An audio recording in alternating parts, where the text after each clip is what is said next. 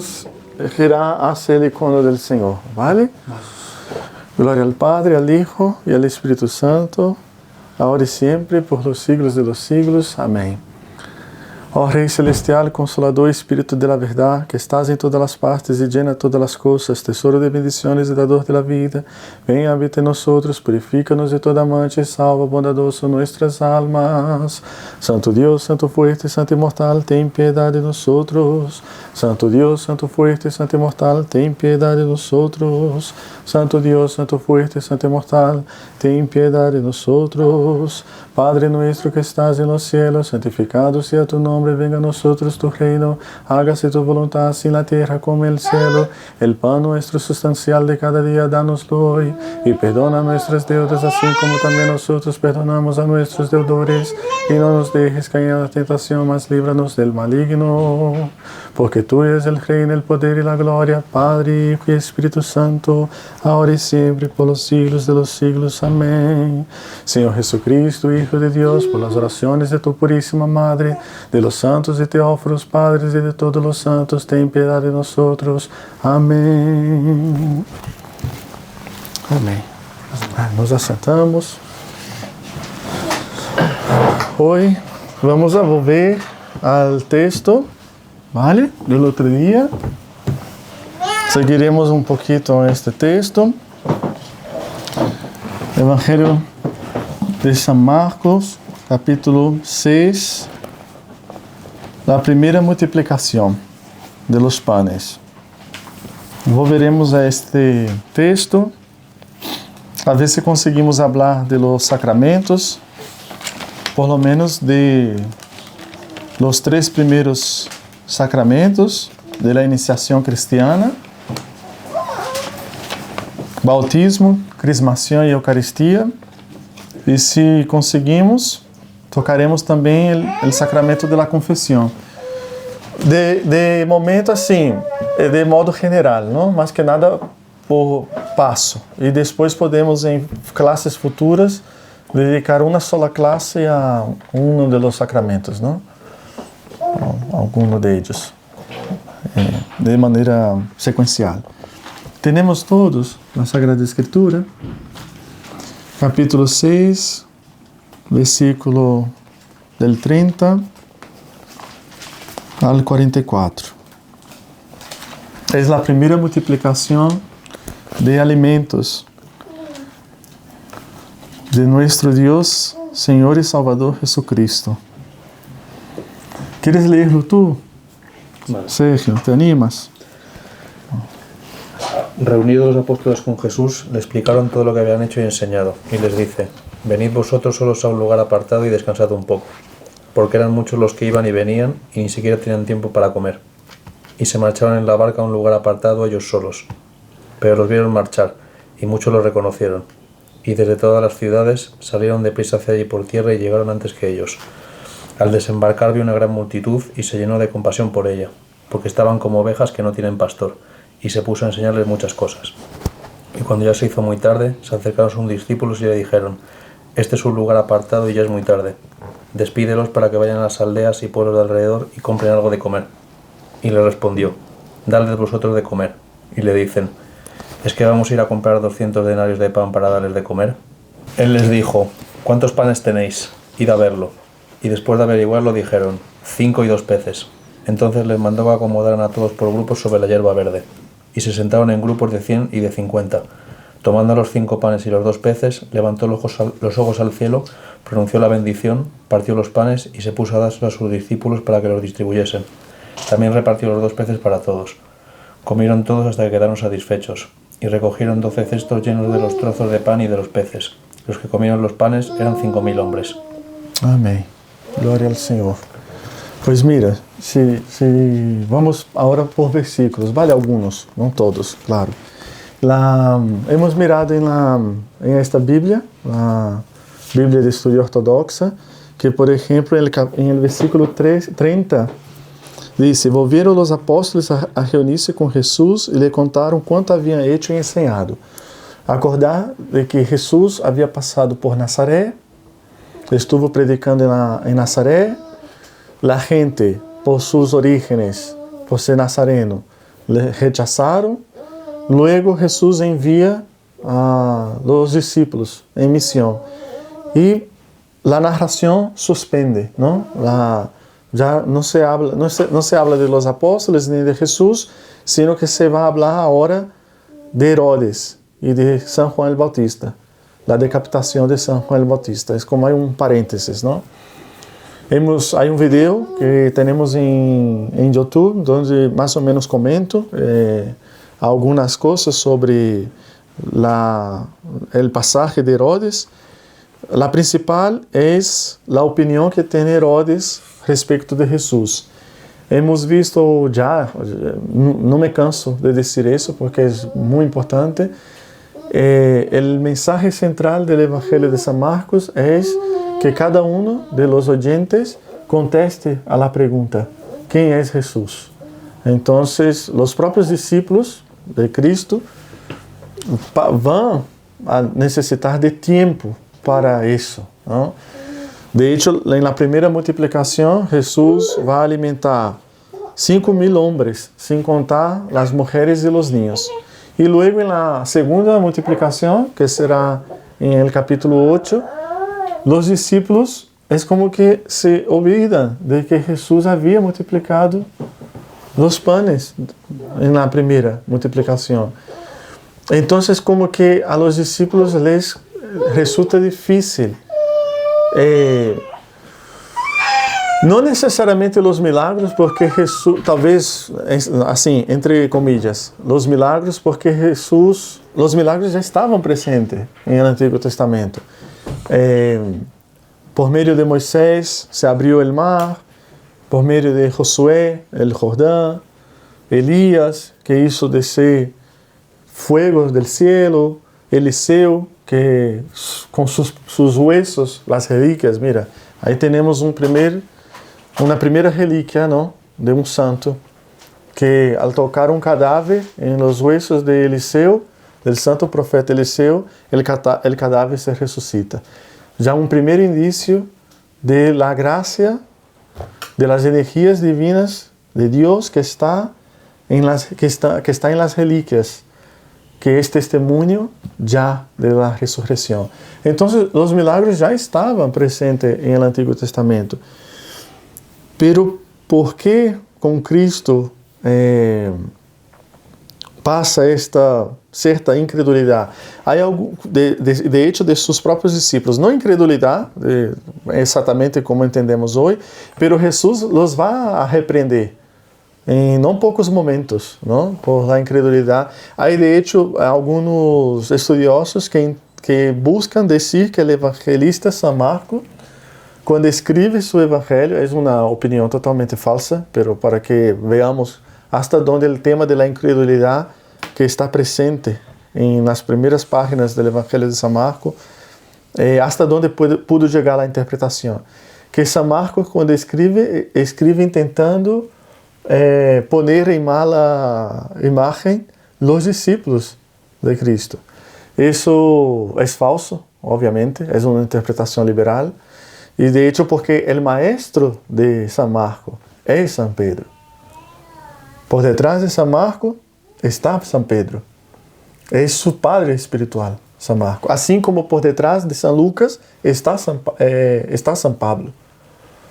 Entonces, San Pedro es, de hecho, San Pedro en una de sus cartas llega a llamar a Marcos de su hijo en la fe, ¿no?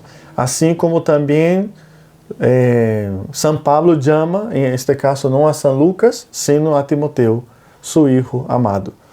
Entonces, jamás San Pedro haría, primero que San Pedro jamás haría eso porque era hombre de Dios. Y segundo, porque el evangelio canónico no está escrito con estos fines, ¿no? Pero para que entendamos el tema de la incredulidad. Con Herodes está ahí el hecho, ¿no?, de quién es este hombre, ¿no? ¿Quién es este hombre? Y Herodes tiene una admiración a San Juan el Bautista, pero es una admiración que es vacilante, no es firme, no llega a entregarse por completo a la vida de de arrepentimiento, de santidad, a la que llamaba San Juan el Bautista a sus oyentes. Lo mismo pasa con Pilato. De hecho, en el video que hablo de eso, hago un paralelismo entre Herodes y también Pilato, porque los dos, como Pilato casi que, si no, en una lectura muy superficial, casi que sentimos simpatía, ¿no?, por él. Parece que tiene un aprecio por Jesús, pero no es así. Ninguno de ellos son hombres firmes, de hecho juega mucho con el poder. Herodes manda matar, a decapitar a San Juan el Bautista para no quedarse mal delante de sus comensales. Y Pilato también lo hace igual, para evitar motín en Judea, que sería un problema para él como procónsul, ¿no? Y luego veremos también con Herodes, el Herodes que manda matar, que ya es otro Herodes, que manda matar a Santiago. Santiago el mayor, exatamente. Santiago, hijo de Zebedeo. Aí vemos que ele manda matar a Santiago, el primer de los apóstoles martirizados, e las escrituras, San Lucas escribiendo, porque Hechos de los Apóstoles es escrito por San Lucas escribiendo dice que siendo Herodes viendo, no Herodes de San Marcos, capítulo 6, sino otro Herodes. Este otro Herodes viendo que la muerte de Santiago, el martirio de Santiago, hijo de Zebedeo, Santiago el menor, era grato y producía alegría en los judíos, manda aprender a encarcelar a San Pedro. ¿Ves como el juego del poder? Vemos a Herodes que manda matar a San Juan el Bautista, que tiene admiración por San Juan el Bautista, pero prefiere no quedarse mal con sus comensales, prefiere hacer la voluntad de Herodías, la mujer de su hermano con quien él no podía estar. Pilato, que parece tener una simpatía con Jesús, de hecho tiene uno de los discursos teológicos más profundos con Jesús, Pilato, pero no, sus ojos no se abren del todo, porque su corazón está entenebrecido por el amor al poder que le da Roma. Y lo mismo luego con Santiago el menor, hijo de Zebedeo, que es martirizado, y el Herodes de aquel tiempo, viendo que eso era grato, producía alegría en los judíos, manda encarcelar a San Pedro. Entonces, San Marcos va construyendo el Evangelio en torno a... ¿Eres capaz de ver a Cristo? ¿Eres capaz de contemplar su obra? ¿O qué te puede impedir de seguir a Cristo? ¿No? Luego San Pedro es el que va a contestar a la pregunta central del Evangelio. Tú eres el Cristo, ¿no? San Pedro va a contestar, va a declarar la confesión central de nuestra fe, ¿no?, en Cristo, en Jesús de Nazaret, el Hijo de Dios, el Mesías. Entonces aquí volvemos al versículo 30, vuelven los apóstoles, se reúnen con Cristo, cuentan todo lo que había hecho y enseñado. Otro día hemos hablado, la vez pasada, que nos sorprende que no llevaba los 3 años completos con Jesús. Aún no había terminado el ministerio público de Jesús. Entonces Jesús ya los envía.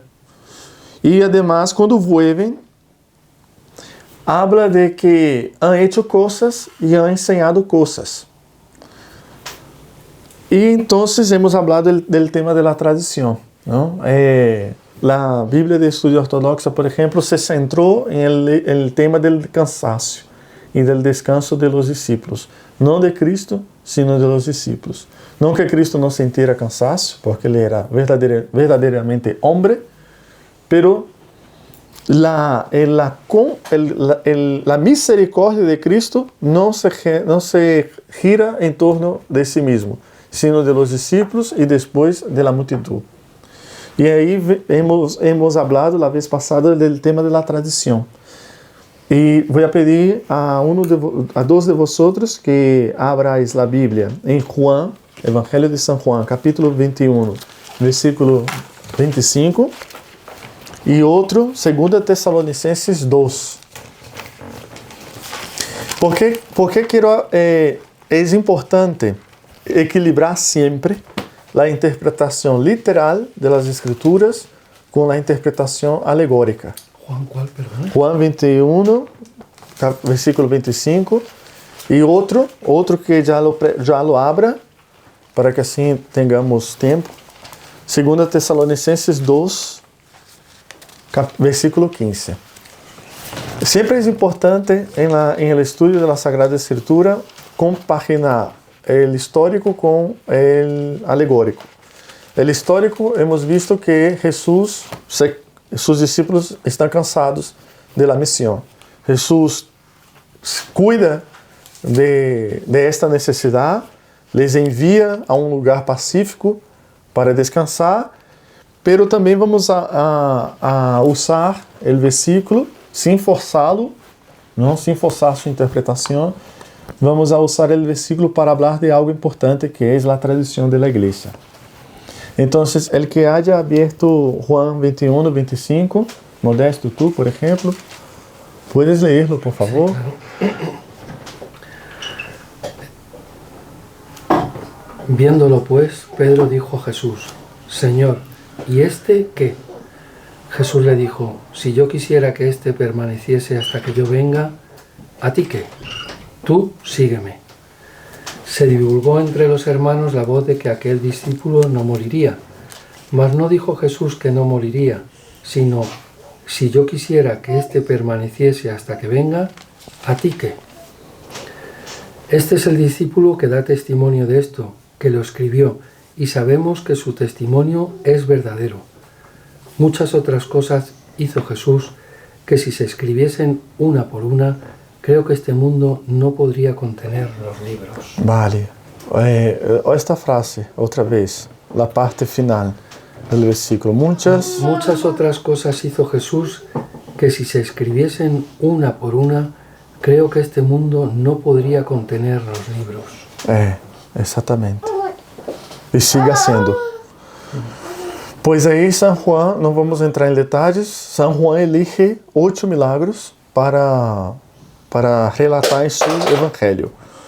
Não vamos entrar no tema porque não é o evangelho que estamos estudando agora, pero de estos 8 milagros sempre relaciona o hecho histórico del milagro com a enseñanza espiritual. Uma vez he dicho em classe, há muito tempo, que os evangelistas sempre usam distintas terminologias para falar de milagros em los evangelios. Nós só temos milagros, ou a vezes temos maravilhas, não? Pero os evangelistas usam distintas expressões. Algumas vezes usa dinamis, outras vezes usa o linguagem del signo. San Juan, el evangelista, todos os milagros los relata desde a palavra del signo. El signo, San Juan não está dizendo que não existe, que isso não existe. Não é o signo como entendemos hoje, não? É o signo de que realmente existe em el sentido, não é o sentido simbólico que damos a vezes a las cosas, não? En la mente, não? Sino el signo mais claro para que podamos entender é o linguagem arquitetônico, por exemplo, de quando vamos a um centro comercial. Se há um incêndio, não? Então buscamos as placas que indicam as salidas. Este é um signo conectado diretamente com a realidade, a que significa, não? Ou as luzes do avião em um estado de emergência, não? Então, por exemplo, quando Jesus passa por Nazaré, o evangelista San Marcos não usa a expressão de signo, sino de dinamis. ¿Por quê? Por la seguinte razão: solo é signo aquilo que Cristo hace y que en nuestro corazón lo acogemos con significado, que tem um significado para nós. Por isso que a gente às vezes pergunta, por que Deus não se manifesta? Eu mesmo, quando era niño, perguntava isso. Por que não é mais fácil, ao invés da igreja estar predicando por aí, por que Deus não se manifesta? E é que para o homem incrédulo, não seria isso, não seria nada. Jesus mesmo habla isso em la parábola de Lázaro e del rico. Quando el rico, não, le dice que le pide al padre Abraham, déjame volver para poder decir a mis hermanos. Y el padre Abraham le dice, pues si a Moisés, la ley y a los profetas no escuchan, no, a un muerto tampoco lo van a escuchar. Y esa es una de las razones por qué Jesús no aparece para todos ressuscitado. Porque também podemos perguntar isso, não? Por que Jesus não aparece a toda Judea ressuscitado? Pois lo mismo, se o homem não tem o dom do Espírito em seu coração, não vive em la plenitud do Espírito, a carne sempre vai sair com a suya. Sempre, sempre. Vale, então, voltando ao tema da tradição, o tema do signo, não? São Juan, evangelista, São Juan, teólogo, usa el lenguaje del signo, ¿no? El acto poderoso de Dios, su poder, su maravilla, que acogido en nuestro corazón tiene un signo. Por eso que algunas personas pasan por la depresión y salen de la depresión y dicen, he encontrado a Dios. Otros salen de la misma depresión, pero não ha tenido por debaixo desta experiência de dolor, encontro com o Senhor ressuscitado. Isso, e o sol nasce para justos e injustos. A graça, a providência de Deus ha permitido que uno e outros passem por la mesma experiência de dolor e salga. Pero uno ha tenido encontro com o Senhor. La salida de la depresión se convierte en un signo, pero el otro no. ¿Cómo explicar eso? Bueno, dejamos eso para otro momento, ¿no? Pues entonces San Juan, el teólogo, usa el lenguaje del signo, San Marcos usa más el lenguaje del poder, del dinamos, cuando por ejemplo Jesús está en Nazaret, porque Jesús hace cosas y la gente no cree en Él, porque tiene sus ojos tapados, ¿no? Pero volviendo al tema de la tradición, hemos visto que muchas otras cosas hizo el Señor. Y ahora vamos a leer 2 Tesalonicenses 2:15. El que tenga, por favor. Sí. Oración pidiendo consuelo y firmeza. Por eso, hermanos, manteneos firmes y observad las tradiciones que aprendisteis, tanto de palabra por carta nuestra. Aí, outra vez. Por favor, outra vez. Por eso, hermanos, mantened firmes y observad las tradiciones que aprendisteis, tanto de palabra como por carta nuestra. Este versículo foi fundamental em meu processo de conversão, porque como eu saí do protestantismo, o protestantismo, uma de suas bases é a sola escritura, rechazam a tradição. Então, eu estudando a San Justino, a los primeiros padres, Irineu, vendo também os hinos da igreja, a liturgia, o lenguaje sacramental. Então, de repente, me encontrei com este versículo que diz: recebi as tradições, manteneos firmes nas tradições recebidas por carta ou palavra nuestra. E foi. Não é só a escritura. Vale, então hemos visto que Cristo ha hecho muitas outras coisas que se hubiéramos escrito não caberia. Hemos hablado en la clase pasada que não temos a mínima ideia de lo que era e de lo que passou em Judea. Los evangelistas hablan de multitudes, ¿no? Siguiendo a Jesús de un lado para el otro. La gente no tenía los medios de comunicación que tenemos hoy. Obviamente que ellos estaban muchísimo mejor preparados. Mejor preparados, ¿no? Se dice. Mejor preparados en lenguaje oral, ¿no? tenía su forma de comunicar, pero no tan rápido como nosotros, ¿no? Y los evangelios hablan, ¿no? De que la gente venía, mira, ahora, este mismo, ¿no? La gente venía y se iba, que los discípulos no tenían ni tiempo para comer. Entonces, vemos que los discípulos fueron enviados y enseñaron y hicieron muchas cosas, ¿no? Aún cuando no había acabado su camino con Jesús de Nazaret, ¿no? El Dios hombre en su ministerio público. ¿Y por qué estoy hablando de eso? Porque quiero listar ya en esta clase las fuentes de nuestra fe. Así muy rápido, ¿vale? Para que podamos seguir con el capítulo. Mira, vais a encontrar dos formas de explicar isso. Algumas vezes vamos encontrar teólogos ou autores que vão dizer que há duas fontes, Sagrada Escritura e tradição. Às vezes vamos encontrar incluso teólogos que vão dizer uma sola fonte, que as duas formam uma sola fonte. E logo vamos encontrar alguns autores que vão dizer que solo a fonte é a tradição e dentro de ela está a Sagrada Escritura, porque a Igreja é quem cierra o canon, ¿no? De la Sagrada Escritura. Então, o canon pertenece a la tradição. De hecho, há uns hinos.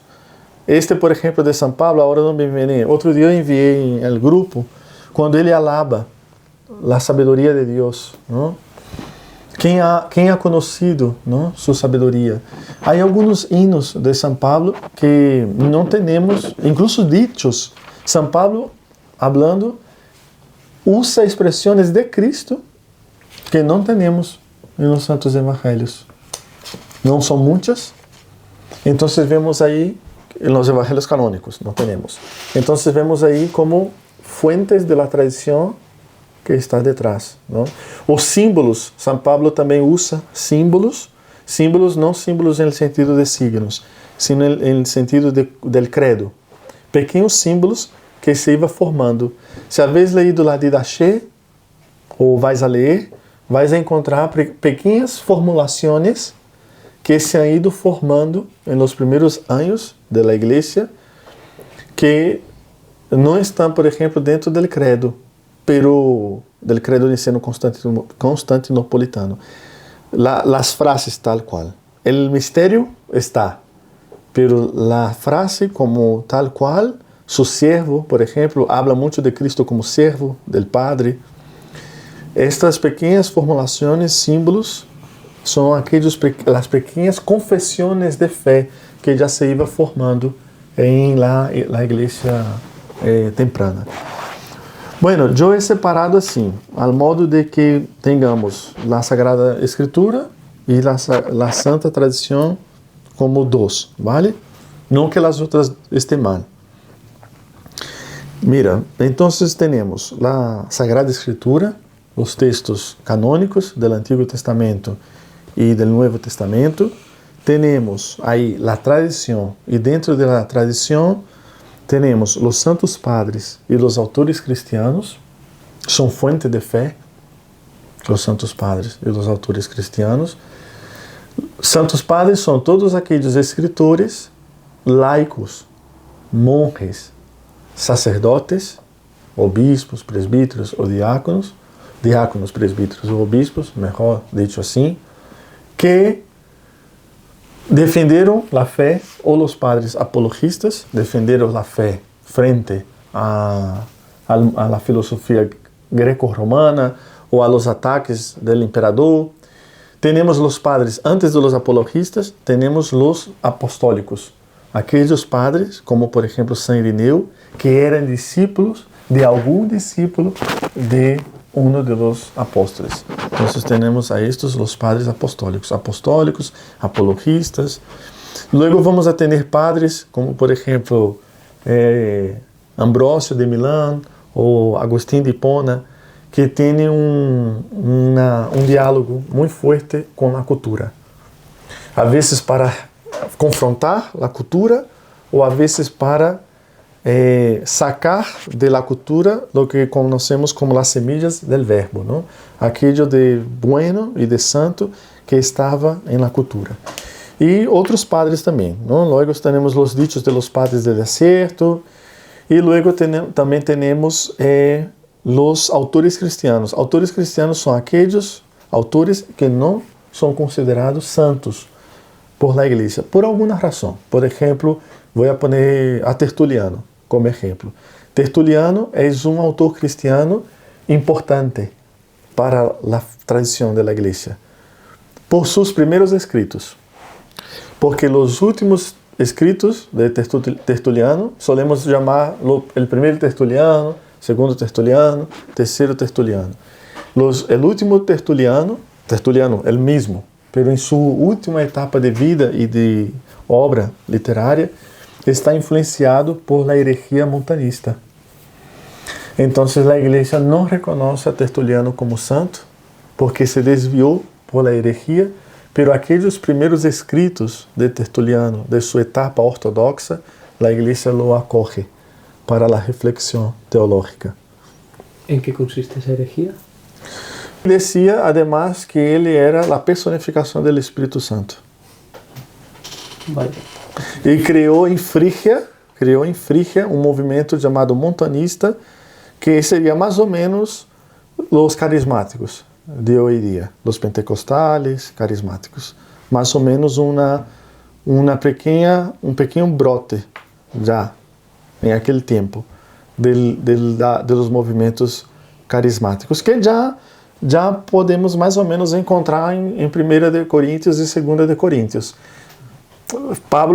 San Pablo escribe sus cartas a los corintios y les repreende porque entre muchos motivos por los cuales repreendía, es que entre ellos se daban muchísimos carismas. Se puede entender por qué históricamente pasaba eso. El Espíritu siempre sabe actuar, ¿no? Lo llamamos el que llena todas las cosas, ¿no? Entonces sabe cómo llenar todo con su gracia, con la gracia de Dios. En Corinto se siente los carismas, como ninguna otra iglesia, ni en Filipo, ni en Tesalónica, ni en Tesala, ni en las iglesias de Galacia.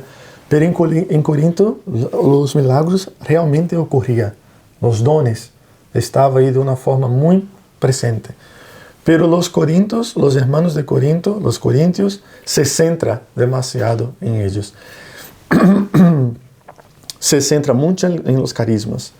Y San Pablo escribe justo para evitar este espíritu que luego va a estar en los montanistas y luego, muchos siglos después, en los movimientos carismáticos y pentecostales, ¿no?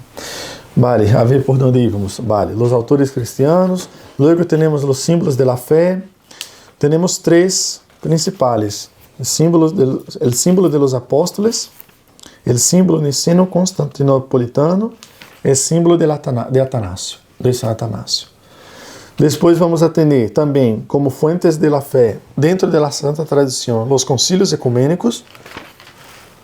No todos los concilios de la historia de lo que llamamos cristianismo, sino los 7 primeros concilios de la Iglesia, los concilios del primer milenio, los concilios ecuménicos. Ecuménicos porque son reconocidos por toda la ecumene, toda la Iglesia universal, esparcida por todas las ciudades y territorios de aquel entonces. Junto con los concilios ecuménicos tenemos los sínodos. Generalmente, junto con sínodo, decimos sínodo local. Es como una reunión de una diócesis o de una iglesia local, un patriarcado, la iglesia de Moscú, el patriarcado de Moscú y de todas las Rusias el patriarca puede reunir un sínodo de la iglesia local Patriarcado de Moscú y de todas las Rusias. O a veces también un sínodo muy local, como por ejemplo de la propia eparquía, de nuestra propia eparquía. Un sínodo, una reunión local de esta eparquía, de nuestra diócesis. Y con el tiempo, una de estas reuniones locales puede despertar algo de piedad o teológica, o piedad, vida espiritual, que luego sea admirable y asumida por otras iglesias locales, ¿no? La iglesia de Grecia puede decir, mira, eso que pasa en Rusia, pues lo acogeremos para nosotros, ¿no? De hecho, fue un sínodo local en España que introdujo el Filioque, terceiro concílio de Toledo. Um sínodo local, porque Toledo não era de toda a igreja universal, e foi aí onde começou o Filioque. Então, pode um sínodo hacer empezar algo bueno, pero também, como passou com o terceiro de Toledo, com o Filioque, algo mal, não? Não vou entrar em la questão del terceiro de Toledo, não? Luego veremos isso em outro momento. Luego temos a liturgia. A liturgia é a oração principal da igreja. La liturgia, los salmos, são as duas principais orações da igreja. A liturgia, obviamente, por antonomasia, a gran oração da igreja, porque é a gran oferenda del Hijo al Padre. Luego temos a iconografia. Outro dia estávamos falando em el grupo sobre a prostração, não? E hemos falado de um cano e tal. E porque o cano 20 del primero de Nicea prescribe a não prostração em el momento de la oração em el domingo, el dia del Senhor. E logo hemos falado de por que alguns momentos se prostra a que o concílio diga que não. E hemos hablado entonces, por ejemplo, la interpretación que se daba a la palabra prostración y a la palabra oración. Por ejemplo, prostramos siempre al final de la epíclesis. Hay dos momentos del año, desde Natividad hasta Teofanía, y después, desde la Semana Luminosa, que es la semana ya posterior a Páscoa, hasta Pentecostés, incluso en el momento de la epíclesis, no se arrodilla. Pero fuera de estos dos períodos litúrgicos, siempre se arrodilla, se prostra, no solo se arrodilla, se prostra totalmente hasta el suelo después de la epíclesis. Cuando el Espíritu Santo es invocado por el sacerdote para consagrar, santificar toda la asamblea y los santos dones. La parte central de la Divina Liturgia es la anáfora, la anamnesis y la epíclesis. Anáfora es la súplica. De hecho, vamos a leer la de San Basilio hoy, aquí, entre nosotros. Después está el recordatorio. El recordatorio es la anamnesis. Es el recordatorio de la noche en que Cristo fue entregue. Entonces, las palabras de la institución es la anamnesis. Al final, después de la anáfora, después de la anamnesis, viene la epíclesis, la bajada del Espíritu Santo sobre toda la asamblea y sobre los santos dones. En este momento la iglesia se prostra. No porque está rezando, sino porque está reverenciando a Cristo que está sobre el altar, ¿no? Su presencia real, ¿no? Eucarística, sacramental, ¿no? Luego aquí en nuestra catedral también prostramos antes de la anáfora en una oración típica de Rusia y de Ucrania. Ahí. Pero, ¿por qué estoy hablando de eso? Porque, por ejemplo, la mayoría de los santos están escritos de pie, ¿no? La mayoría. Pero hay íconos de San Serafín de Sarov, por ejemplo, arrodillado sobre la piedra, ¿no? que estuvo rezando mil noches. Luego, por ejemplo, el icono cretense que tenemos de Santa María Magdalena, que es el icono de nuestro grupo de catequesis, que está el Señor y ella se arrodilla delante de él cuando ve, ¿no?, que él no es el hortelano, sino el resucitado. Entonces vemos ahí también una prostración. La iconografía fuente también para la fe. Entonces, la mayoría de los santos están de pie, pero hay algunos que vemos que están postrados. Los libros simbólicos. Los libros simbólicos son básicamente confesiones de fe o catecismos. Por ejemplo, el de San Filaret de Moscú. Después puede enviar al grupo los principales. Son los principales catecismos o declaraciones de fe que algún patriarca escribió en respuesta a, por ejemplo, a los protestantes cuando escribieron pidiendo la colaboración de los ortodoxos. Entonces, hay un libro simbólico que contiene la fe de la Iglesia contra las herejías protestantes. Entonces tenemos también el Magisterio de los Pastores. Los libros simbólicos entrarían en el Magisterio de los Pastores. Las leyes canónicas y la vida de la Iglesia. La vida de la Iglesia es fuente de fe. La vida de la Iglesia, lo que quiero decir es la moral de la Iglesia. El etos, las costumbres, la moral del pueblo de Dios. Toda la vida del Espíritu en la iglesia. Vamos a leer Efesios 4:10. ¿Cómo estamos? ¿Estoy mareando mucho? No. ¿No? Me gustaría seguir más con el texto evangélico, pero es bueno que tengamos siempre las dos cosas, ¿no? Efesios 4:10. La vida de la iglesia es vida llena del Espíritu, ¿no? El pleroma, la plenitud.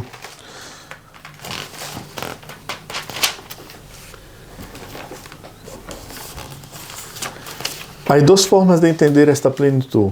El Cristo, el Pantocrator, que llena con su gloria todo el universo, todo el cosmos que también va a participar de la recapitulación, ¿no? Mejor esta palabra, recapitulación, que la usa mucho San Ireneo.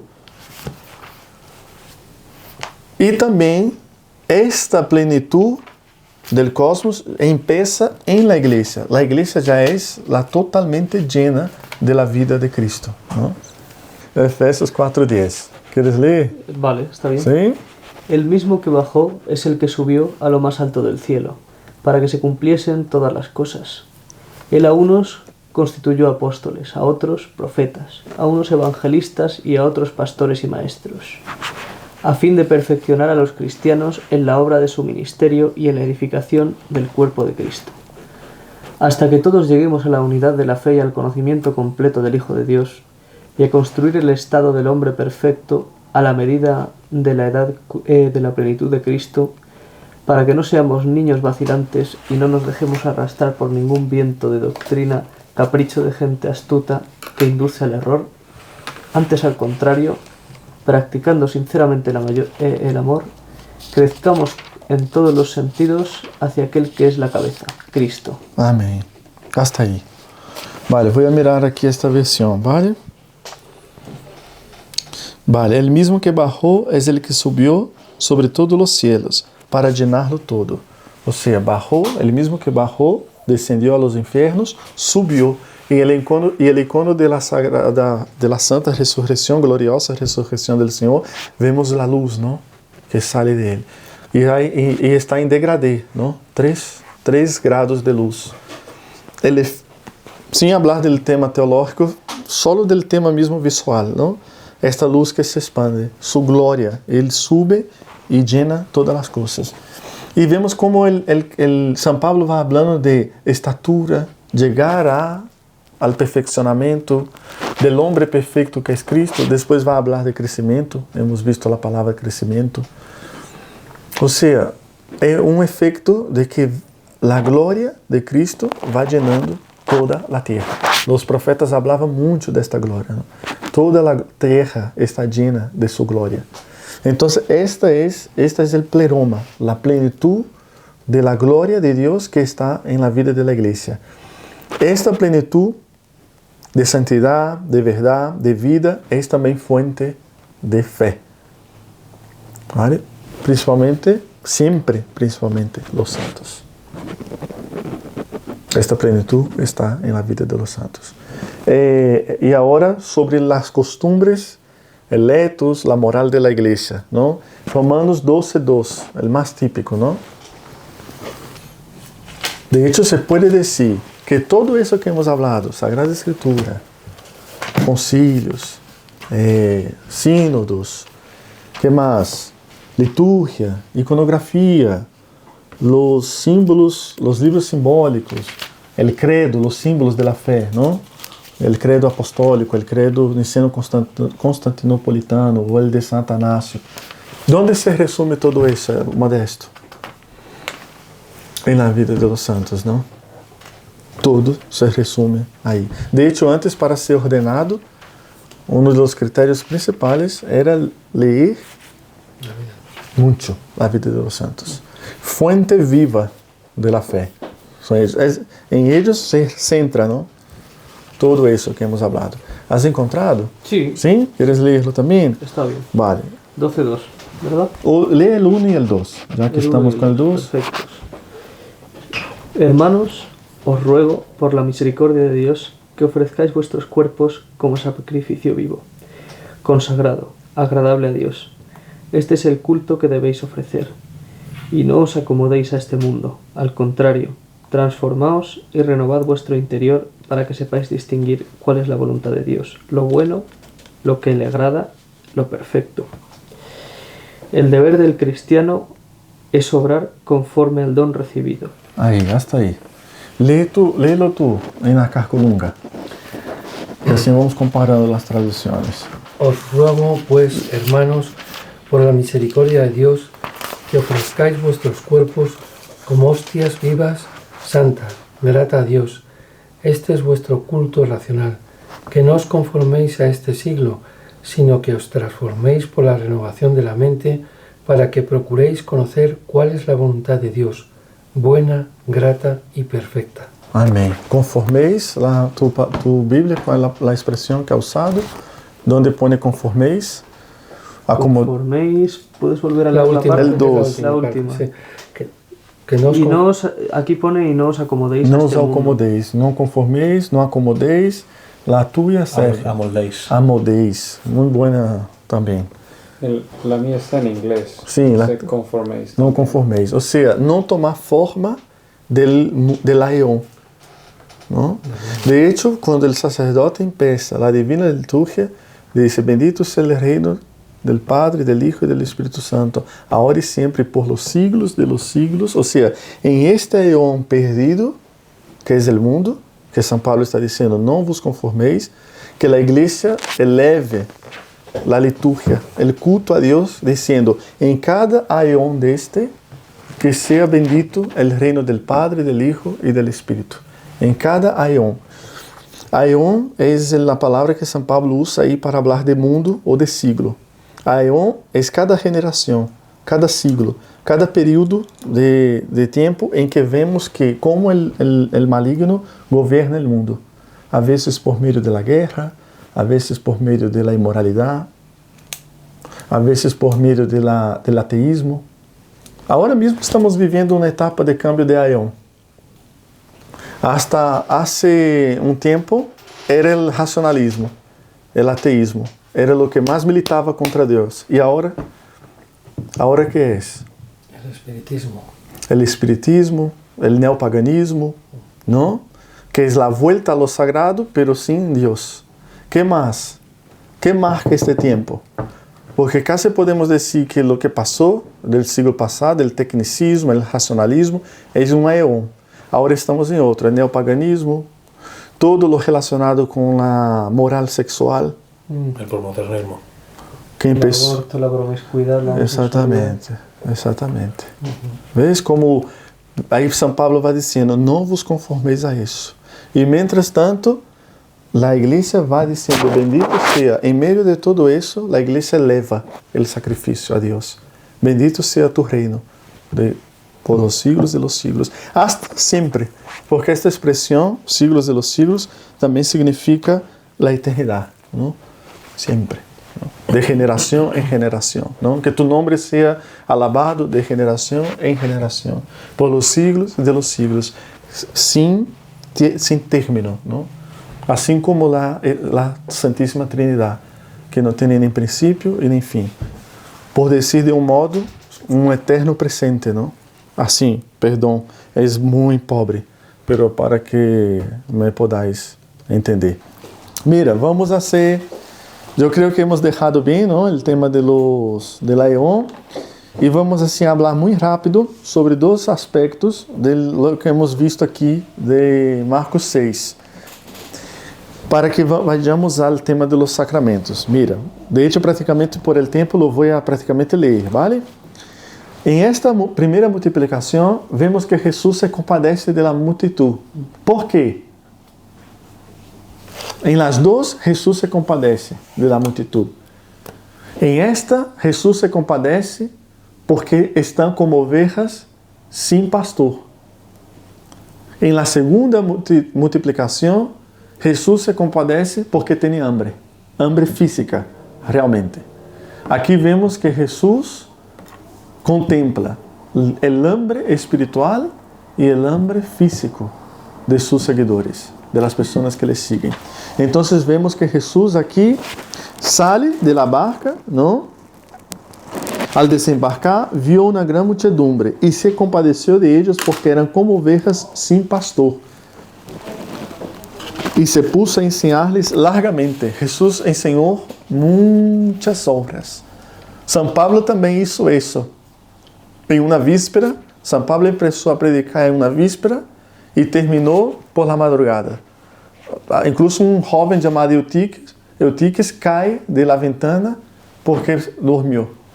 Porque San Pablo predicó muchas horas. Jesús, por amor a estas personas, a esta muchedumbre, predicó largamente para saciarles espiritualmente, estarem llenos de alimento espiritual. En la segunda multiplicación vamos a hablar de lo que Jesús siente. Jesús siente lo que nosotros llamamos misericordia en español, ¿no? Decimos compasión, pero la mejor traducción sería misericordia. Misericordia aí, yo para parecer que sei mucho, he apuntado aqui em grego. Está escrito aplahí ni gonmai, que es amor entrañable. Jesús siente desde las vísceras un amor hacia estas personas.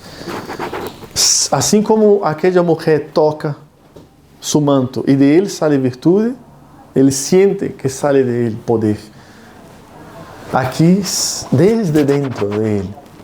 Não é um compadecimento moral, não é uma preocupação doutrinal solamente, é um amor entranhable, não? Desde o interior, desde a substância de uno mismo. De hecho, a palavra para misericórdia em grego não é esta. E para explicar a misericórdia que siente Jesús, põe esta, que a primeira parte é aplahí. Em grego é órgãos, os órgãos internos. Desde lo más interno del ser de Cristo, sale este amor. Vamos a ver momentos em que Jesús siente este amor. Lo siente siempre, pero los momentos en que los evangelistas destacan este amor. Mateo 9, 35, 38. Necesidad de buenos pastores. Jesús recorría todas las ciudades y aldeas enseñando en sus sinagogas, predicando el evangelio del reino y curando todas las enfermedades y dolencias. Al ver a las multitudes se llenó de compasión por ellas, porque estaban maltratadas y abatidas como ovejas que no tienen pastor. Entonces les dijo a sus discípulos: la mies es mucha, pero los obreros pocos. Rogad por tanto al Señor de las mies que envíe obreros a su mies. ¿Ves? Lo mismo, el mismo esquema. Va por todas las ciudades predicando, no para de predicar por amor. Y porque las muchedumbres estaban assim, como ovejas sin pastor. Y si vemos las clases que deverían ser los maestros del tiempo, los fariseos principalmente, o los que trabajaban en el templo, los saduceos, no se preocupa por la gente, se preocupa más por las tradiciones. Jesús también va a confrontar con eso duramente, ¿no? Vale, capítulo 14, Modesto. Esa es la primera multiplicación de los panes. Sí. Al desembarcar vio una gran muchedumbre y se compadeció de ella y curó a todos sus enfermos. Aquí, en esta multiplicación de San Marcos, no habla que Jesús curó, solo que Jesús multiplicó. Mateo trae un dato más. Porque el evangelista, como hemos dicho, se centra en una cosa y otra, ¿no? No porque hemos hablado ya varias veces de eso, porque las diferencias sinópticas, algunos eruditos intentan atacar la fe desde las diferencias, pero es muy sencillo. Hoy vais a llegar a casa, si vais a hablar de esta clase, cada uno va a hablar de algo que ha despertado mayor interés. Pues así, los evangelistas, con ellos pasa lo mismo. Vale, 15:32. Jesús llamó a sus discípulos y les dijo: me da lástima que esta gente, pues ya llevan 3 días conmigo y no tienen qué comer. No quiero despedirlos en ayunas, no sea que desfallezcan en el camino. Los discípulos le dijeron: ¿de dónde podemos sacar pan para hartar a tanta gente aquí, en un despoblado? Y Jesús les dijo: ¿cuántos panes tenéis? Ellos contestaron: 7 y algunos peces. Mandó a la gente que se sentara en el suelo. Tomó los 7 panes y los peces, dio gracias, los partió y los dio a sus discípulos, y estos a la gente. Comieron todos y se saciaron, y se recogieron 7 espuertas de las sobras. Los que comieron eran 4.000 hombres, sin contar las mujeres y los niños. Amén. Marcos 8:2 es lo mismo que esto, que de Mateo 15:32. Hay otro pasaje que no he puesto aquí, lo he perdido, pero os acordaréis, Jesús cuando resucita el hijo de la viuda de Naín, dice que Jesús también siente compasión ahí. Entonces, tenemos por un lado el sentimiento de Jesús, compasión. Vamos al español, compasión, misericordia, un sinónimo para misericordia. Piedad. Piedad. ¿Qué decimos en la liturgia a cada letanía? El diácono dice, roguemos al Señor. Y nosotros decimos, Señor, ten piedad, o Señor, te rogamos. Casi siempre decimos, o ten piedad, o ten misericordia. Y aquí estamos pidiendo al Señor en la liturgia esta compasión. Por la paz que viene del alto, por la unidad de todos, roguemos al Señor, Señor, ten piedad. Por los enfermos, por los afligidos, por los que están en viaje, Señor, ten piedad. Estamos pidiendo a Cristo, en este caso no solo a Cristo, a la Santísima Trinidad, este amor entrañable, ¿no? Este amor que sale del ser. Y San Juan, el teólogo, va a decir que Dios es amor, es esta entrega, esta salida de amor entrañable. Otro esquema que vemos esquema para el estudio, ¿no? Pero el acontecimiento. ¿Dónde se realizan las 2 multiplicaciones? ¿En qué lugar? En un sitio despoblado. En un sitio despoblado, un desierto. Desierto es lugar de muerte. Desierto es lugar de perderse. Desierto es lugar de la Quaresma que vamos a empezar dentro de poco, de las Cesis. Cuando Santa María de Egipto decide vivir una vida de santidad, ¿hacia dónde va? Hacia el desierto. Los padres del desierto, cuando deciden salir del peligro del secularismo dentro de la ciudad, ¿hacia dónde van? Hacia el desierto. No todos podemos ir al desierto físico, pero todos podemos ir al desierto de nuestros corazones, ¿no? A esta realidad que de muerte, de hambre, de perderse, em que muitas vezes nos encontramos e talvez podamos volver a encontrar-nos, não? Pois, donde Deus falou por primeira vez com o povo de Israel? Em el deserto del Sinaí. Quando Deus falou allí, o povo sentiu medo. Aqui temos as citas, pero por el tempo não las vamos a mirar. Pero se queréis apontar, é Éxodo 20, capítulo 20, versículo 18 al 21, e Deuteronômio 18, 15, 22. La primeira vez que Deus habla com el pueblo, su pueblo, el pueblo de la alianza,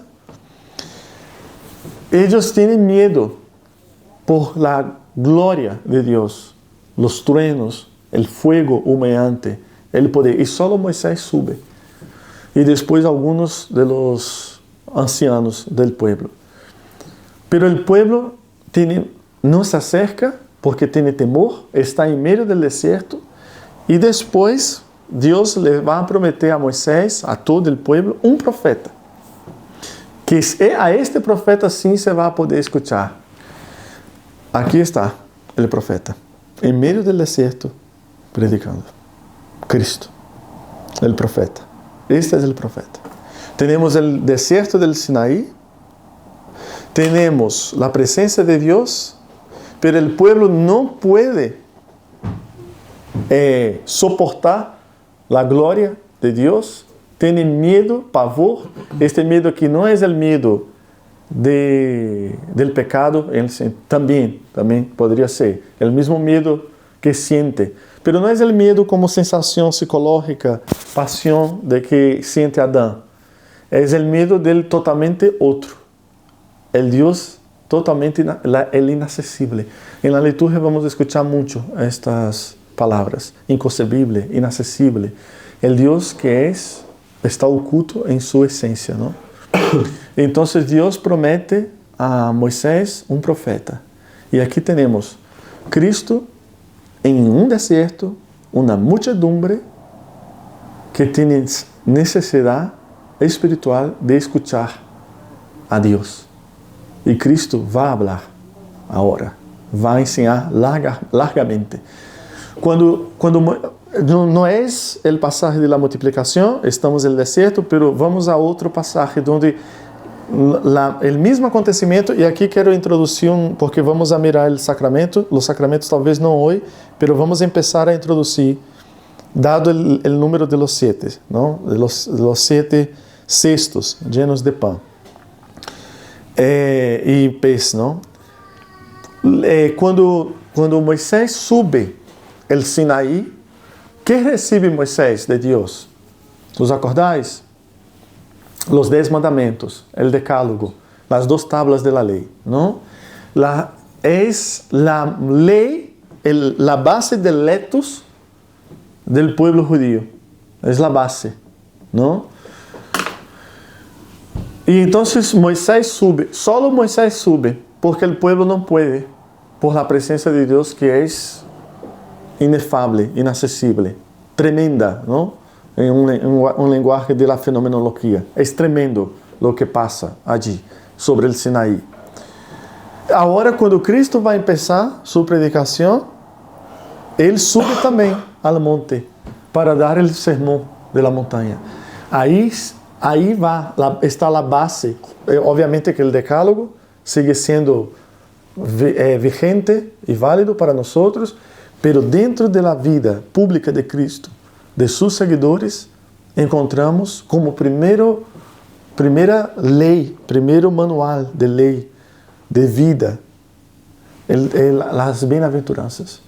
Ahora es el propio Dios que sube a la montaña, para en un lenguaje que el pueblo puede escuchar, aprender de Dios. Hebreos 1:1. ¿Quién puede abrir? Léelo tú entonces, Modesto. Muchas veces y en muchas maneras habló Dios en otro tiempo a nuestros padres por ministerio de los profetas. Últimamente, en estos días, nos habló por su Hijo, a quien constituyó heredero de todo, por quien también hizo el mundo, y que siendo el esplendor de su gloria y la imagen de su sustancia, y el que con su poderosa palabra sustenta todas las cosas, después de hacer la purificación de los pecados, se sentó a la diestra de la majestad en las alturas, glorificado, hecho tanto mayor que los ángeles, cuanto heredó un nombre más excelente que ellos. hasta aí. De muitas maneiras e muitas formas, em outros tempos, Deus nos falou por meio de los profetas. E agora, em estes últimos dias, que já é a hora, os últimos dias, já estamos em los últimos dias, nos habla por meio del Hijo. Ou seja, o Hijo sube a la montanha para hablar al pueblo. De ele escuchamos. O mesmo Hijo que está em el Tabor, transfigurado. E a lei, Moisés, Abraão, Elias, profeta, miran hacia el Cristo e hablan. E todos, Pedro, Tiago, Santiago e Juan, não todos, a vezes os três, ou a vezes solo São Pedro, a vezes São Juan, o teólogo está como reflexionando em los iconos, está como um gesto de reflexionando o que está passando por aí. Luego su evangelio será el más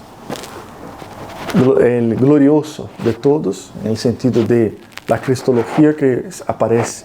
Es muy, muy profunda, talvez por eso, ¿no? Porque já estava aí como este discípulo que meditava estas coisas. Entonces el Hijo sube y habla. Antes los profetas, la ley e los profetas, la lei também profetas, não só os profetas maiores ou profetas Daniel, ou menores, também a lei considerada aqui, em este texto de Hebreus, como profeta, não? Palavra de parte de Deus. Pois então temos tudo isso aqui acontecendo agora em um deserto. E como hemos dicho, não? O deserto é lugar de muerte, o deserto é lugar de perder-se. Há uma preocupação aqui em esta primeira multiplicação de los alimentos. Há uma preocupação, Jesus se preocupa, se importa com uma necessidade espiritual. Em la segunda, como he dicho, Jesus se vai a cuidar de uma necessidade física, e uma necessidade física muito real. O deserto era muito peligroso aquelas horas, donde roban al hombre que cuida el buen samaritano en medio del desierto. El peligro, porque los discípulos dicen, ya es tarde, ya se hace tarde. Está el frío, que como sabemos es frío, ¿no? Es muy frío el desierto. Segundo, los animales, las fieras del desierto. Tercero, los ladrones en el desierto. E quarto, perder-se por el deserto. E agora em este perder-se, esta gente está perdida, porque não tem o maestro, o Rabone, para ensinar de parte de Deus. Está perdida. E agora vamos a ler Isaías 35, 1, 2. Un comentario antes. Sim. El desierto es el sitio donde no hay agua. Exatamente, também. La sed. Trae el agua viva, exatamente. 35. 35, 35. versículo 1 e 2. Voy a hacer lo posible. Para Porque está en traducir? inglés. Vale. Se quieres ler em inglês, também. Lo puedo leer en inglés. Léelo em pero inglés. sí. E nós acompanhamos em ¿Hasta dónde? 1 2. Vale. Dice, be glad, you thirsty desert, and rejoice exceedingly, and let the desert blossom as a lily. The desert places of the Jordan shall blossom abundantly, and rejoice exceedingly.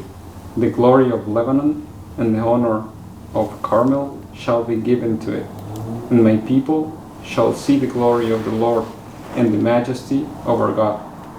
Agora, del 6 al 8. Then the lame shall leap like a deer, and the tongue of the dumb will speak clearly, for water shall burst forth in the desert, and a valley in the thirsty land. The waterless desert shall become meadows, and the thirsty land springs of water. There will be the gladness of birds, a habitation of reeds and marshes. A pure way shall be there, and it shall be called a holy way. Holy way es camino, ¿no? Un camino sagrado. Un camino sagrado. ¿Qué hay en el desierto? ¿Qué habrá, perdón, en el desierto? En portugués, un camino santo. En inglés, A holy way. en español, camino sagrado. Exactamente. Aquí está el camino sagrado, en medio del desierto, en la multiplicación. Entonces vemos como toda la historia de la salvación que pasó en los profetas, en el Antiguo Testamento, en la alianza, y también no solo en el pueblo de Israel, todos los pueblos que de algún modo buscan a Dios, equivocados, a veces, engañados por espíritus malignos, pero de algún modo, ¿no? Está ahí el deseo ardiente por la verdad en algunos hombres. Aquí en medio tenemos desierto, tenemos hambre, tenemos sed. Aquí tenemos ausencia de comida, tenemos peligro, pero tenemos camino. Tenemos el Hijo de Dios, tenemos el profeta prometido, tenemos el poder de Dios. Tenemos a quem buscar aqui, vemos aqui. E não é isso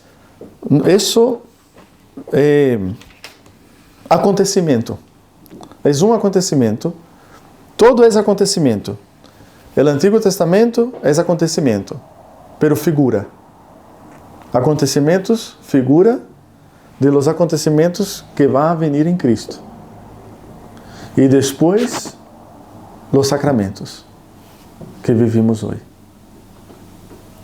San León el Grande decía, el Redentor que antes teníamos, é uma forma de explicar os sacramentos, el Redentor que antes teníamos aqui, agora lo tenemos en los sacramentos. ¿Por qué estoy hablando ahora de los sacramentos? Porque llegamos a los sacramentos, porque en este vasto desierto del mundo, donde podemos ter hambre espiritual ou incluso necessidades físicas, são legítimas. O homem sempre busca a Deus, a vezes também por esta. Esta necessita purificar com a necessidade física. Casi sempre vamos a ter que matar a nossos deuses, a nossos ídolos, ¿no? Com o tempo.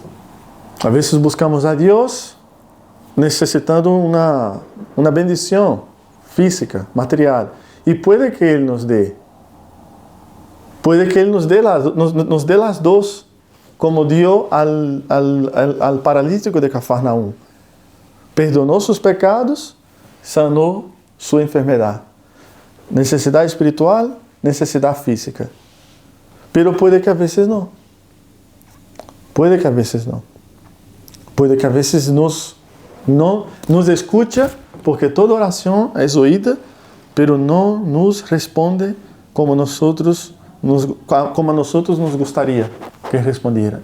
Isso passou com São Pablo, não? Quando pediu a Deus que lhe quitara o espinho da carne, 3 vezes pediu a Deus. São Pablo, minha graça te basta, foi a resposta de Deus a São Pablo, porque mi poder se perfecciona em la debilidade. Então, com o tempo, talvez esta necessidade aqui, física, se necessita purificar. Por quê? Por que necessita purificar? Porque não podemos construir nossa relação com Deus em isso. Porque esta mesma multitud que busca a Cristo é a que se vai alejar de Ele. Porque mañana, vou poner um exemplo, ¿vale? Por salud, le busco. É legítimo, temos letanias por la salud. La gente escribe el nombre de los vivos por salud, por bendiciones. Hola. Hola. Y se ha alargado la... No, no te preocupes. Pero ¿qué pasa? Con el tiempo, imagínate que vuelvo a tener salud. Puedo volver a creer en mí mismo. ¿No? Y ahí Dios, ¿dónde está Dios? O mañana, yo que era pobre, me hago rico. Y entonces de repente Dios ya no me es necesario, porque me he vuelto rico. Y se puede ver eso a veces en nuestras vidas, o incluso a veces en el acompañamiento pastoral. Entonces la necesidad física siempre va a ser purificada. Esta búsqueda por Dios, y duele, porque tienes que morir. Tú y tus dioses, los dioses que llevas dentro de tu corazón. Las imágenes que tienes de Dios, tienen que morir y quedar Cristo. De hecho, nuestro Cristo, nuestro Dios, es el Dios crucificado. ¿No? Escándalo para judíos, ¿cómo es, Álvaro? Escándalo para judíos, como decía San Pablo, que se me ha ido ahora. ¿Cómo? Como decía San Pablo, Cristo crucificado, escándalo para judíos y se me fue. Le voy a buscar aquí. Vale. Un momento.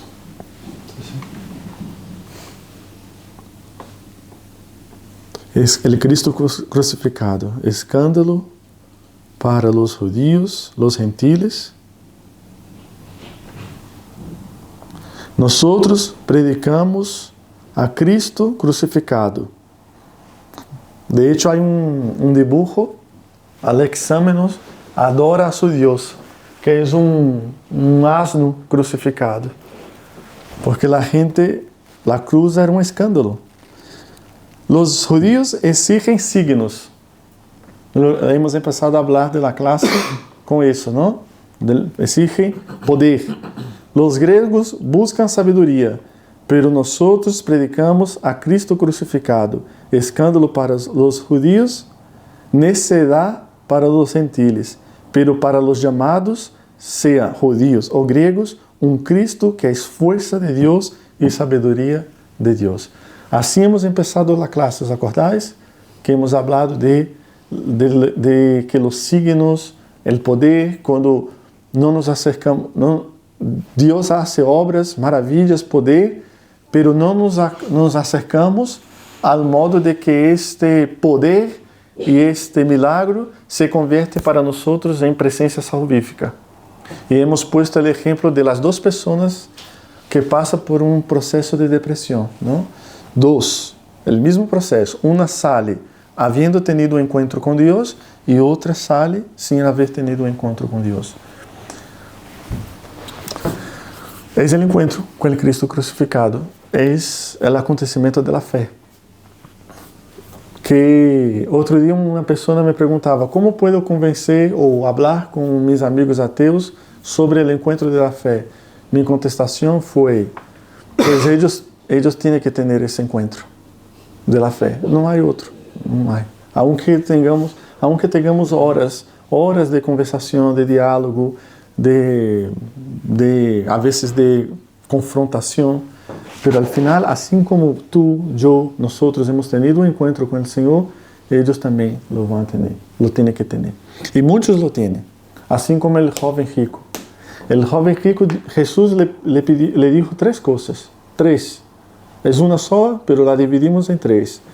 Vende todo lo que tengas, reparte con los pobres, y la tercera, sígueme. Esta era la más importante. No fue capaz de hacerlo. No tuvo un encuentro con el Cristo. ¿No? Vale, pues terminando, para irnos. Hemos visto que el relato termina hablando de 7 cestos llenos de pan. El de la segunda multiplicación serán 12. Aquí estos números tienen un significado. El 7, el número perfecto de Dios, y el 12, la totalidad del pueblo de Dios. Y ahí, aquel pan enviado al pueblo en el desierto, no será este pan aquí. Ahí es donde Jesús va luego después en Juan, el Evangelio de San Juan, cuando Jesús va a hablar del pan de la vida, el pan de vida que desce del cielo, Él va a hacer un reproche sobre esta gente que le busca por la necesidad material. No la gente que le busca por la... Me hago una corrección. Jesús no les reprende por buscarle por necesidad material. Les repreende por buscar solo por eso. Aí Jesús vai empezar a decir la gran predicación sobre la Eucaristía, donde Él va a manifestar que Él es el pan vivo que bajó del cielo. En San Juan, Él va a hacer eso. Y entonces esta muchedumbre aquí va a comer, va a ver el poder de Dios, va a alimentarse de hecho de sus propias palabras, de Dios, de sabiduría, pero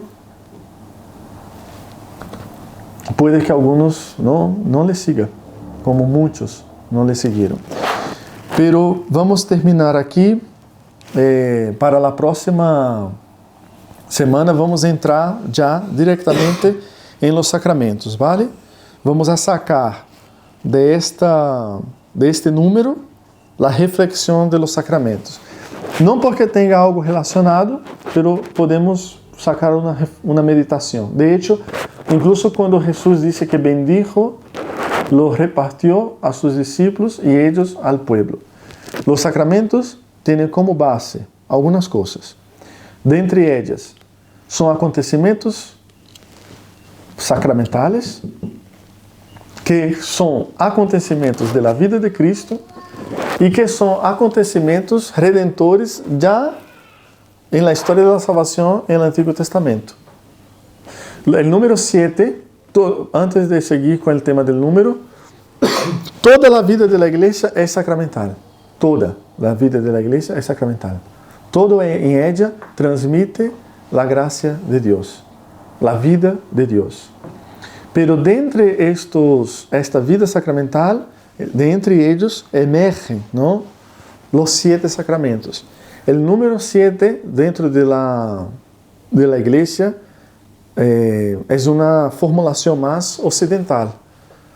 Durante la historia de la iglesia hubo 2, 3, 9. Hay en la iglesia antigamente se hablaba de la tonsura, de la consagración del templo, también como sacramento. Pero dentro de la historia de la iglesia y de la conciencia de la iglesia, como hemos hablado, ¿no?, las fuentes de la fe, los 7 emergen como los, por decir de un modo, los principales. E vamos a ver en la próxima clase sacramento del santo bautismo, el sacramento de la crismación y el sacramento de la Eucaristía, y vamos a mirar también el sacramento de la confesión, ¿vale? De la confesión. Para adentrar aquí de modo muy rápido, los sacramentos son un acto sagrado de la iglesia, un acto redentor como figura, como acontecimiento en la vida de Cristo y como sacramento hoy. Pero son solo acontecimientos, son siempre acontecimientos. La Pascua de los hebreos en Egipto, un acontecimiento figurativo. La Pascua de Cristo, la muerte del Señor, su pasión y su gloriosa resurrección, nuestra Pascua, acontecimiento en la vida de Cristo. La Eucaristía hoy, acontecimiento sacramental en nuestras vidas, en la vida de la iglesia. de los 7, tem uma peculiaridade que todos eles foram fundados, instituídos, é a palavra melhor, instituídos por Cristo. Eles. Jesus vai, seu primeiro milagre, onde é? Las bodas de Caná. La boda de Caná. Com sua presença, santifica a boda de Caná, que ocorre em Caná. De hecho, também Jesus, quando habla com as autoridades sobre o matrimônio, sobre o adultério e sobre o divórcio, critica a eles porque davam carta de divórcio por qualquer razão. Jesus diz, não há que ser assim, há que ser como em el princípio. Jesus restitui a relação do homem e da mulher como em el princípio, como em los planes de Dios en la creación. Entonces Jesús, los sacramentos tienen esta, es que no tengo ahora, pero también ya vamos a terminar. Vamos a más. El bautismo. Jesús se bautiza para santificar las aguas, para dar ejemplo. Sus discípulos también bautizaban. Hay un texto de las Escrituras que dice que Jesús no, pero sus discípulos bautizaban. Já os discípulos de Jesus realizavam bautismos. E depois, hablando com Nicodemo, Jesus habla de la necessidade del bautismo, del nascimento de água e de espírito para nascer novamente. E depois, em la gran comissão, Jesus ordena que se predique a todos os pueblos e que se bautice el que cree en él. El que crea el que cree y sea bautizado será salvo. O sea, Jesús ordena el bautismo. Entonces, los sacramentos, además de un acto sagrado, un acto redentor, es un acto de Cristo, el Cristo en Judea, el Cristo hoy, y un acto también de la iglesia, porque la iglesia es cuerpo de Cristo.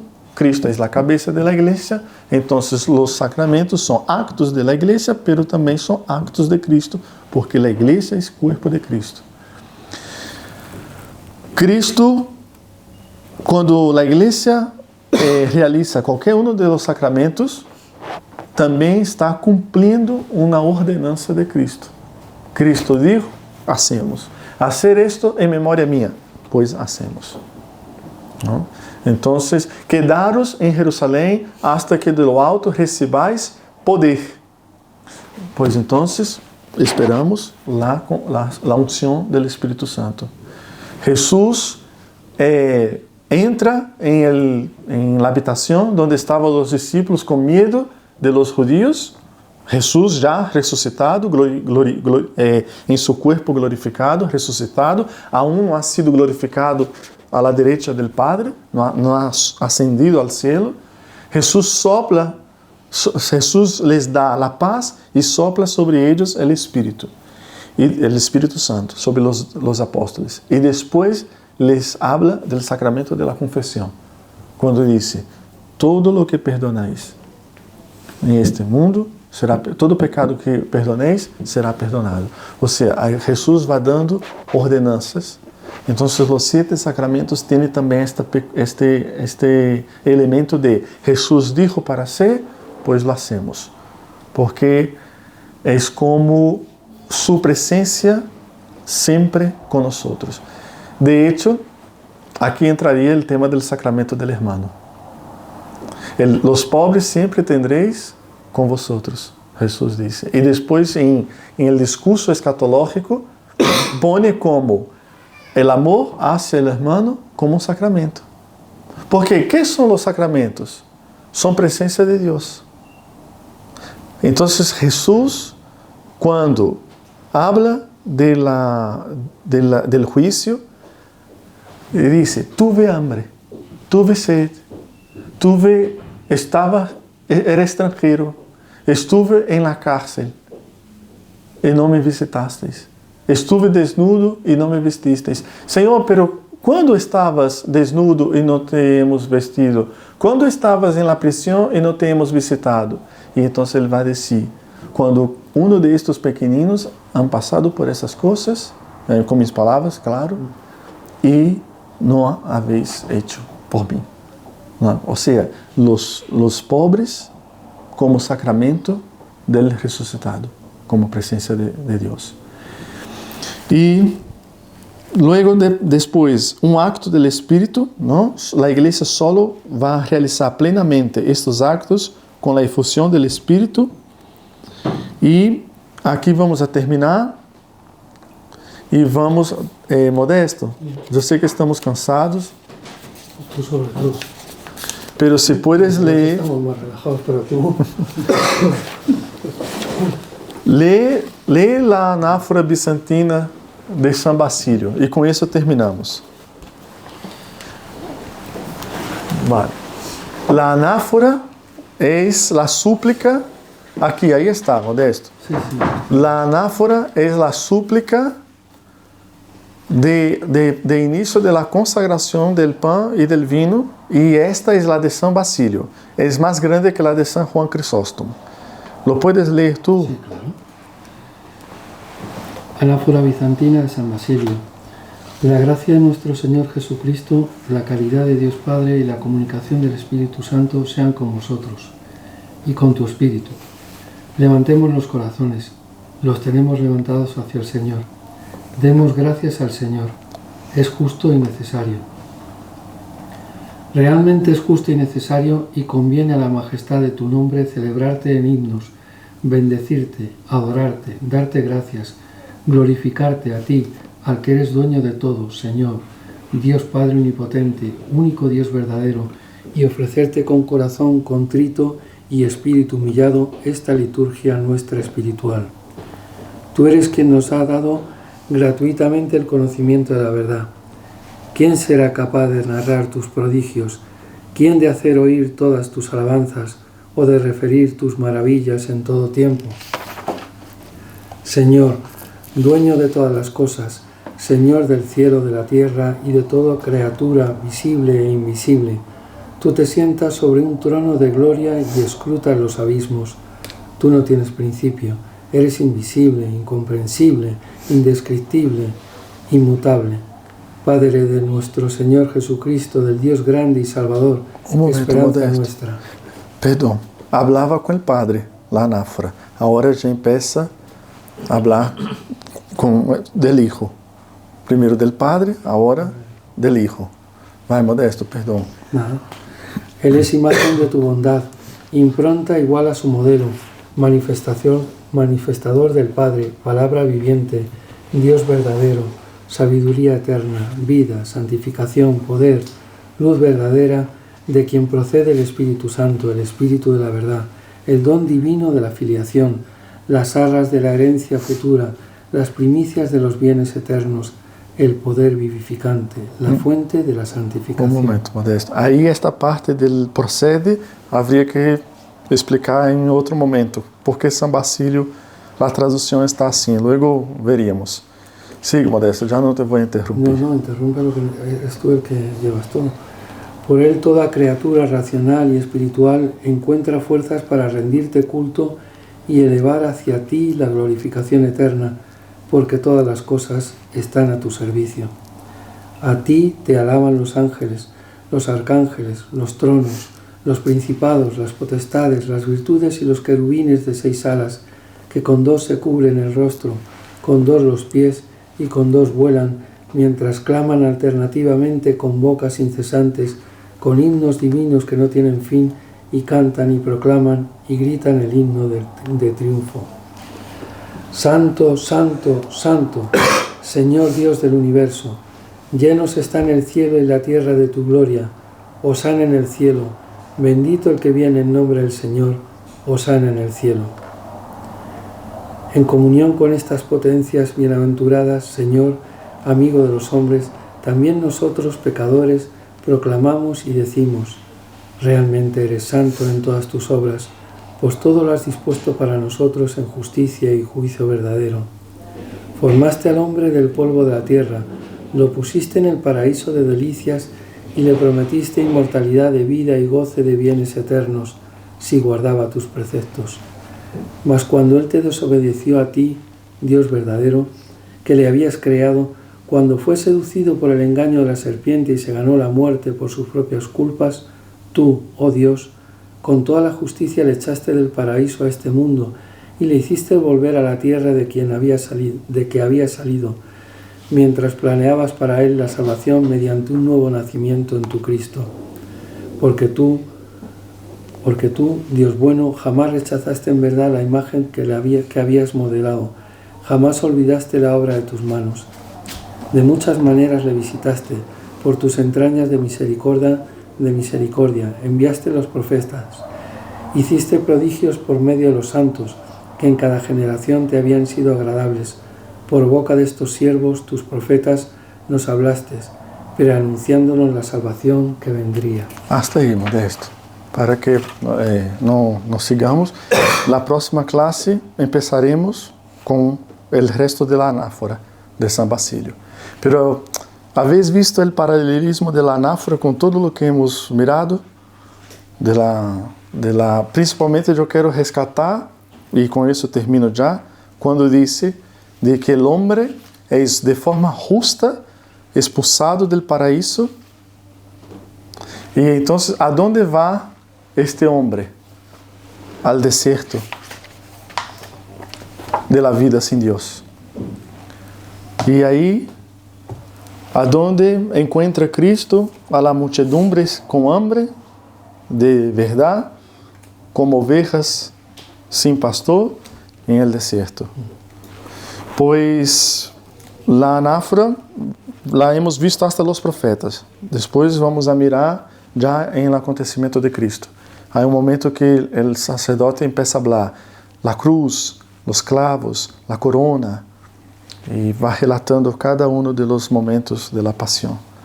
Nada, vamos a terminar. Qualquer coisa, qualquer explicação mal hecha, perdonar, e nos levantamos e rezamos. Pois, já que hemos leído a anáfora e ella menciona o trisagio, pois vamos a terminar haciendo a oração do trisagio. Santo Deus, Santo fuerte, Santo inmortal, ten piedade de nós. Amém. Glória ao Padre, ao Hijo e ao Espírito Santo, ahora e sempre, por los siglos de los siglos. Amém. Amém. Pois, nada, buenas noches e a casita a descansar.